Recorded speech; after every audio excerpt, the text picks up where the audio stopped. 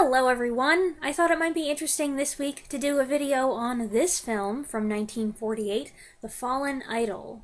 Ralph Richardson stars as Baines, butler at the French embassy in England. The primary viewpoint character, however, is Master Philip, the ambassador's little boy whose world is shaken when he comes to suspect his beloved butler of murder. It's likely you may come across this title on some of those "if you like Hitchcock movies, you should watch this" lists. It was in fact directed by Carol Reed and written by Graham Greene, who adapted his own short story. This is the first of 3 collaborations between Reed and Greene, followed by The Third Man in 1949 and Our Man in Havana in 1959. Our Man in Havana I haven't seen yet, but The Third Man I have seen many times. Is it fair to say at this point that it's one of my top 10 favorite movies ever? Hello everyone! I'm really excited to do this video today because The Third Man is one of my favorite movies and I've wanted to talk about it for a long time. The Fallen Idol is a suspenseful film, not a murder mystery, but a tense psychological drama that revolves around the lead-up to a death and the investigation that follows it. It's also a morality tale of sorts. It's got a clear-cut message, but certain characters become morally ambiguous, which leads the viewer to feel pulled in contradictory directions. And then that moral lesson that seemed so clear at one point isn't quite so clear anymore, so it's an experience. The foundation and the heart of the film is the relationship between the boy and the butler. Master Philip, or Phil, is played by 8-year-old Bobby Henry, his first of only 2 acting credits, the other being 1951's Wonder Boy. The way Bobby Henry was discovered is a fun story. Both his parents were well-known writers, and a dated picture of him was spotted on the dust jacket of one of his father's books. Executive producer Alexander Korda saw this picture and sent it to Carol Reed and said, "Doesn't this look like the kind of kid we were looking for?" And Carol Reed agreed that he had just the look they had in mind. They tracked the kid down for a screen test. I believe he was out of the country at the time, and then they found out, listening to him talk, that he also had a perfect accent because he was born in France, but he was raised in England during the war.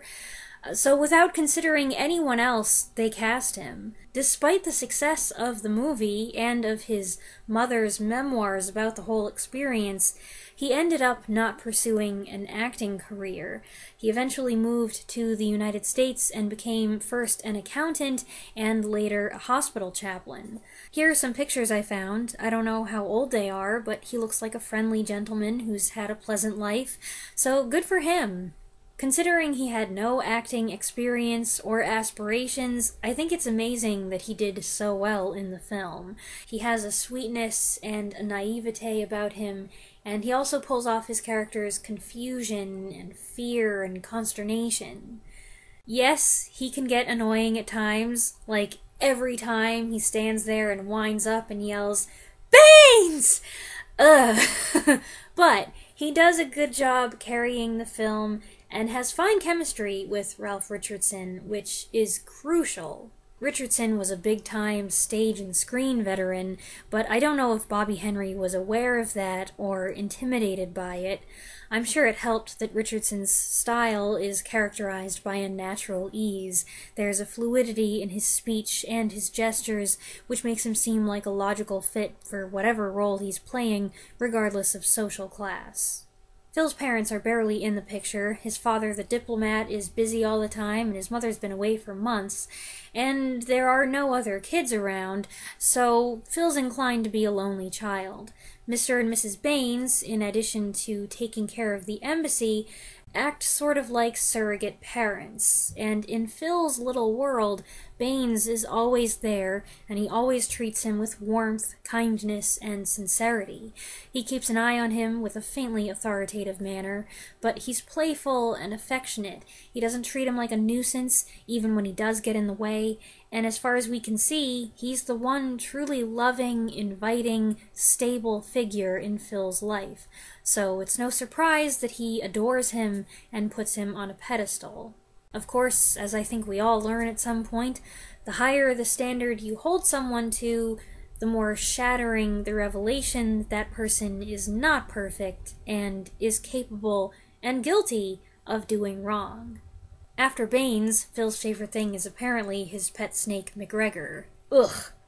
I hate snakes. I have perfectly good reasons for hating snakes, which I won't go into here, and I do everything I can to avoid them.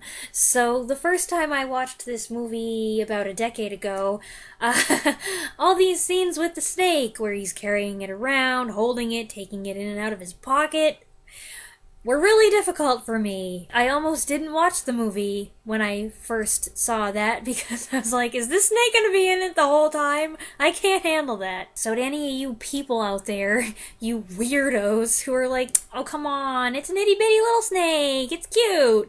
No, it's not. Not for me. I do suspect that in some shots it's a fake snake. What little I could bear to see of it, I thought it looked a little not right. And I don't know how else they could get the thing to stay balled up in the kid's pocket, but again, doesn't matter. I don't want it. No snakes. That said, what happens with the snake is terrible, and I feel genuinely sad for the broken-hearted little boy. And this is just one of the many topsy-turvy elements here. If he were my kid, I would insist he get rid of the snake too. But when Mrs. Baines is like, you better flush that thing down the toilet, I feel like, you don't make a child do something like that to his pet. Never mind that, okay, so she wants him to flush it down the toilet. Well, I would never feel secure in the bathroom, because how do you know that it's not creeping back up the pipes? It's gonna come out of the... It's just... But other than that, it's just cruel and unusual punishment. That tells you something about Mrs. Baines, though. She's the opposite of her husband, cold, harsh, strict, and unfriendly. In fact, Mrs. Baines treats her husband the same way she treats Phil. They're both henpecked and emotionally neglected. Maybe that's why he makes such an effort to connect with the boy. He sees the parallels between them.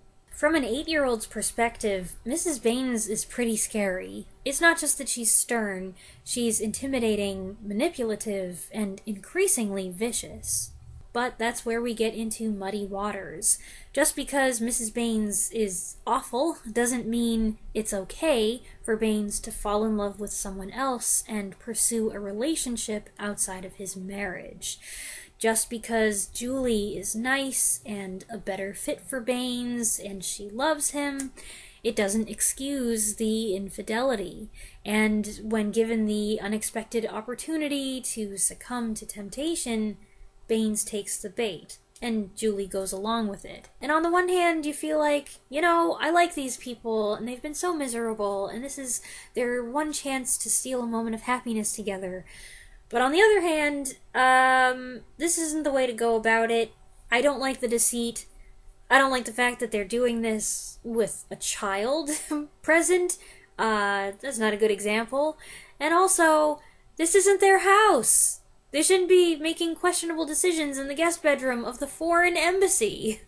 So, it's tricky. Now, it's not really that tricky for me because I don't approve of infidelity whatsoever.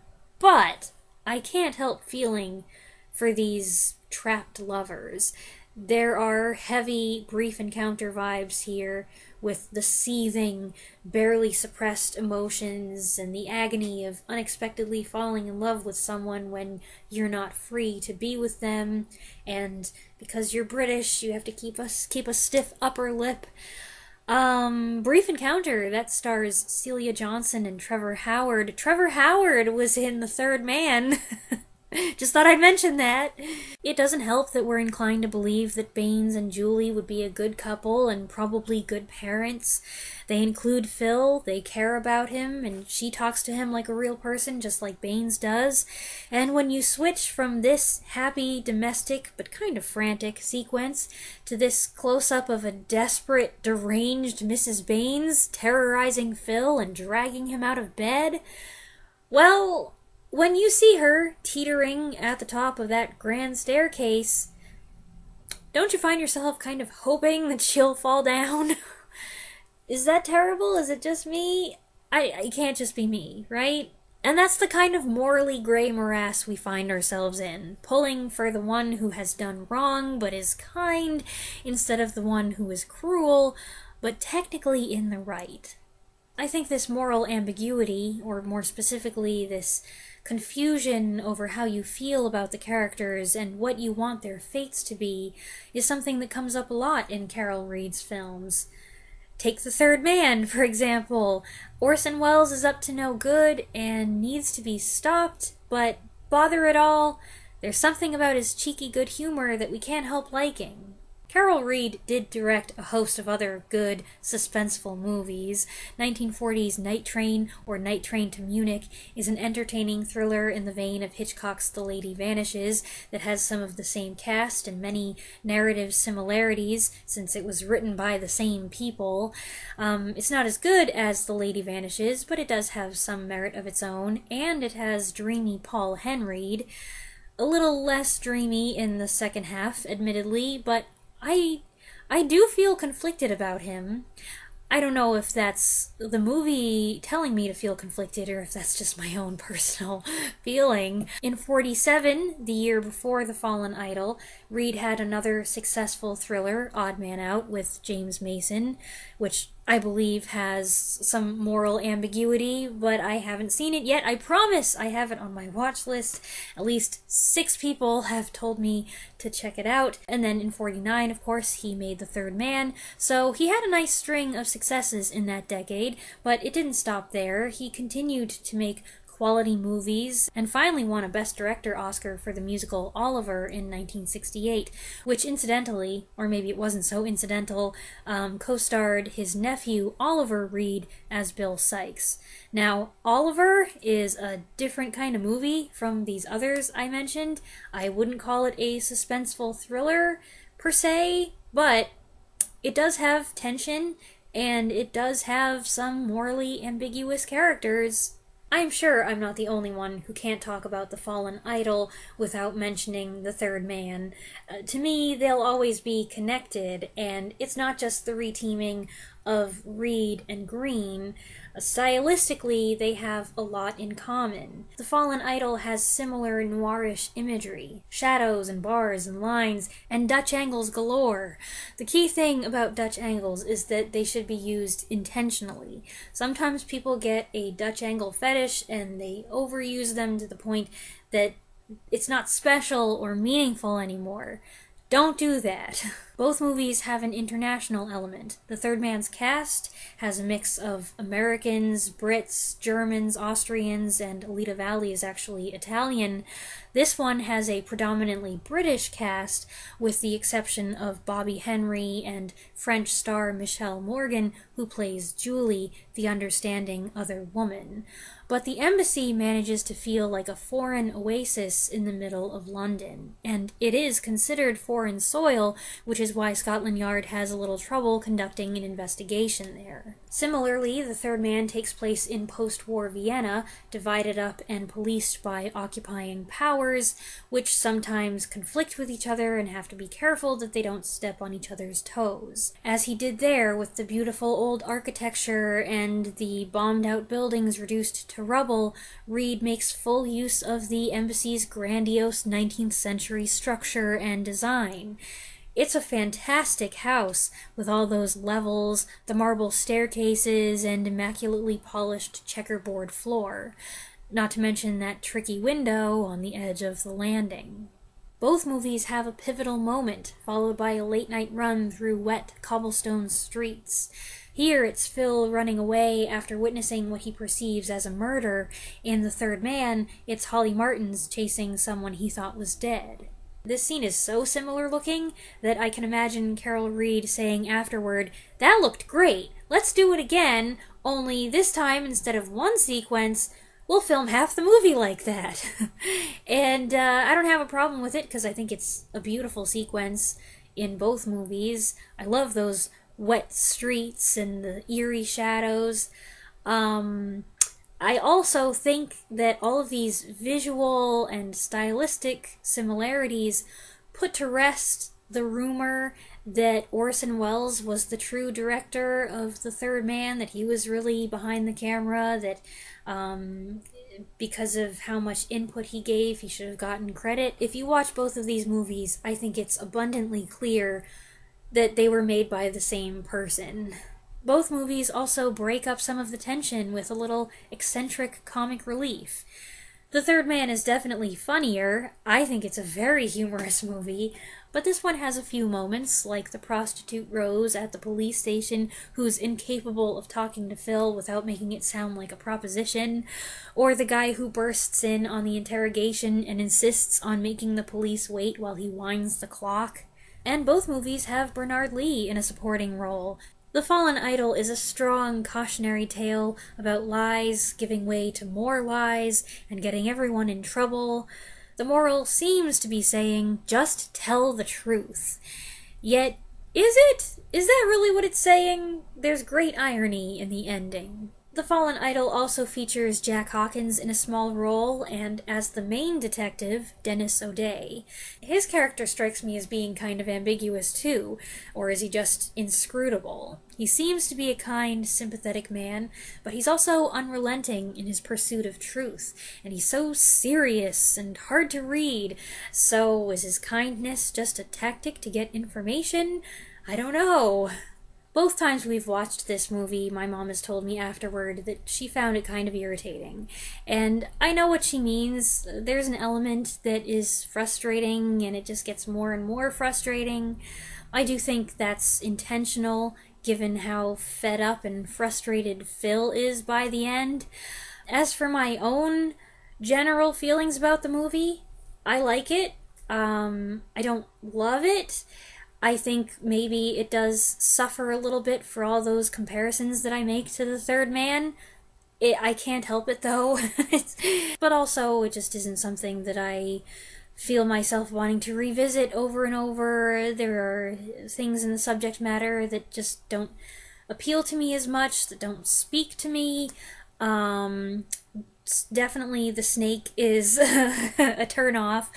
But it's a great film, and you should definitely check it out if you've never seen it before. The performances, the relationship between the boy and the butler, the visuals, the inner conflict, the romantic turmoil, and the suspense are all very well done. So those are my thoughts on The Fallen Idol. I hope you enjoyed this video. Let me know what you think of this movie if you've seen it in the comments below, and I'll see you next time. Thanks for watching.